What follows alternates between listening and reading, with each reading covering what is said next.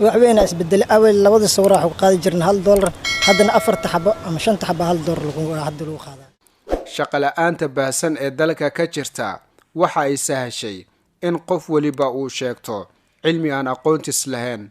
saxaafadda ama warbaahintu waxay ka mid tahay shaqooyinka sida fudud loogu beeri karo waqtigan la joogo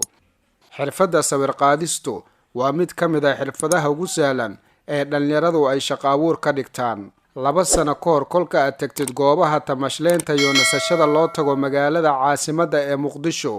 sida beerta nabadda xeebta Liido Jazeera iyo goobo kale waxay dhaayuhu qaban jireen dhalinyaro aad u badan oo kaamirooyin wada wata kuwaas oo shaqadoodu ahayd qaadista sawiraan qurux badan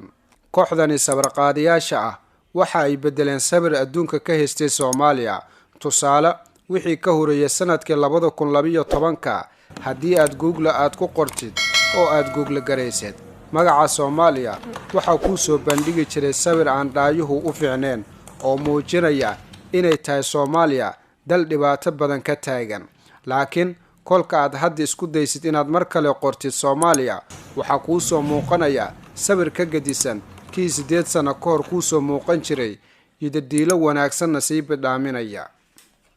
balse muddooyinkii dambe waxa hoos u dhac ku yimid shaqadoodii sawir qaadista sida ay noo sheegeen qaar ka mid ah sawir qaadiyaashan waxay arintani u sababeeyeen in saameyn ku yeeshay mobilada loo yaqaano smartphoneska Cabdikaafi Cali Maxamed oo loo yaqaano Japan waa horjooge koox sawir qaadiyaal ah kana howlgala magaalada caasimadda ee Muqdisho wuxuu aaminsan yahay in shaqadoodii sawir qaadista hoos u dhac ku yimid asagoo u sababeynaya in macaamiishiisa qaar taleefanada gacanta isku sawiraan dabcan ها نويشتن وحسامين وين نقول معنا تلفونات عصب وهذا صوب حسيد ايفون كوكلاتي واس قفك وضت معنا كومو غلانيس ام فرصتكم مسينس انا صورك قاديد الى تلفكيس كل سنه اسكو صورات dhibaatada weyn marka hadda 2 sano ugu dambeysnay taleefanadaas soo wada soo baxay isla fikirka Japan waxa isaguna la qaba saaxiibkiis isku xirfada ah ee Muqdisho ka howlgala Cabdixakiin Maxamuud Nuur waxa uu isaguna uu leeyahay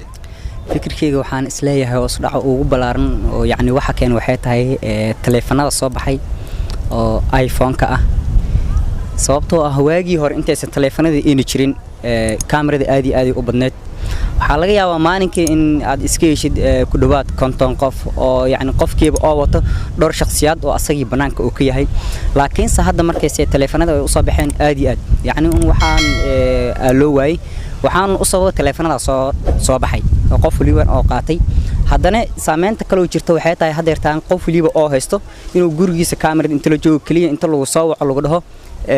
يعني ما أنت شقادة اسمه بانكاغ باهنا إنه صباح إنه هذا وشقادة يدرن كوسا أروتيبا حسن موسى حسن أو إسقنا كمدا سبر قادية شكوى ذا لوجود عليها مقدشو لوجود وكوه الجليان أي تهاي حساس فوتوغراف أيا آمنسن إن يسمى واحد سامين أو كوي لنكرين موبايل سبر قاديس تساحب بدي يسولب كوكو قبان وحون ساحب بدي سبر قادية شقار كود كوي دي إن يسمى بلان لهن أو وقت سبر سودريستا lagu balamay kadib dhacaan aniga wallahi maanta waxa isleeyahay sawiraha maanta oo beerta lagu qaado ama Daarsalaam ama beerta Banaadir ama xeebta Liido ama xeebta Jasiiro oo kale sawiraha ku qaadnaa marka wax dhibaato oo mobilada inoo keenay ilaa haatan aniga ma arkin mobilahana dadka badan dhibaato waxay u keeneen sawirihii qofka laga qaadayo si toos lagu mudiraayo teeda kale sawirihii oo xun oo loo habeenna qofka loo diraa marka qof walban waxa waay mobilkiisa inuu ku tashteen qani oo sawir iskaga qaado qof intuu kharash ku bixiyo sawir oo adna sawirkii loo habeen loo diro aad u xuntaa waa qofku ku nid jaba markaas kaamirada waxa la sheegayo sawir qaade Xasan oo si hadlay waxa uu sheegay in wali tayada kaamiradu ay jirto wallahi horta mobilahan inta soo bixeen oo iPhone-ka kaleeto sawiraha lagu qaado sawiraha badana ma la habeeyo ay ka iska habeesanbo teeda kale laakiin kaamirada waxay ku fiican tahay qofka style aleen u yeeli qofku waxa ahayn ka dhigay laakiin mobile isku sawirta la ahaanay marka hadda isma dhahay mobile kaamira ma ka bixinayeen hawada sidaas dirtii aniga kaamirada ku kalsoonahay oo ku shaqeysanaa macaamilna ku leenahay dirtaan Maxamed Faarax Maxamed oo kamid ah macaamiisha sawir qaadiyaashan ayaa isaguna la hadalnay naantii hoos u dhaca kaamirooyinka waxa sababay maadaama smartphone oo soo baxay oo la gaaray horumar wacan waxaa sababay smartphone-nada ayaa aad u baratay marka sidaas la ajligeed kaamiramanada aad ay u sii yaraanayaan sanad ka sii dambeeyo sidaas ayaa sababtay kororka taleefanada casriga ah inta lagu guda jiro cabdikariin maxamed nuur waxa uu aaminsan yahay in dhawaan kaamirooyinka la isku sawiro suuq la'aan wajihi doonaan anigu waxaan ka aaminsanahay haddii la xakameyn lahaa taleefanada oo yacni ay ku yaraa lahaayeen soo qaadashadooda dadka dhalinyarada ah yacni meeshii hore waa lagu laaban karaa laakiinse maadaama haddii ayakiiba ay soo badanayaan dalkiina ay ku cusub yihiin maxaan is dhihi karaa kaamirad meesha waa ay ka baxaysaa oo shaqada hadda ay hayday ma sii hayn doonto waxaan un ka saaray suuqa wax waliba waxay ka dambeeyaan ama dadka ay ka xiiseynayaan waxaasun baa suuqa mar waliba qabsanaya weydiin warcelinteedu sahlan ayaa taagan taasi oo ah waa maxay isbeddelka taagan 2 sano kadib dhalinyaradani ay cabashada ka muujinayaan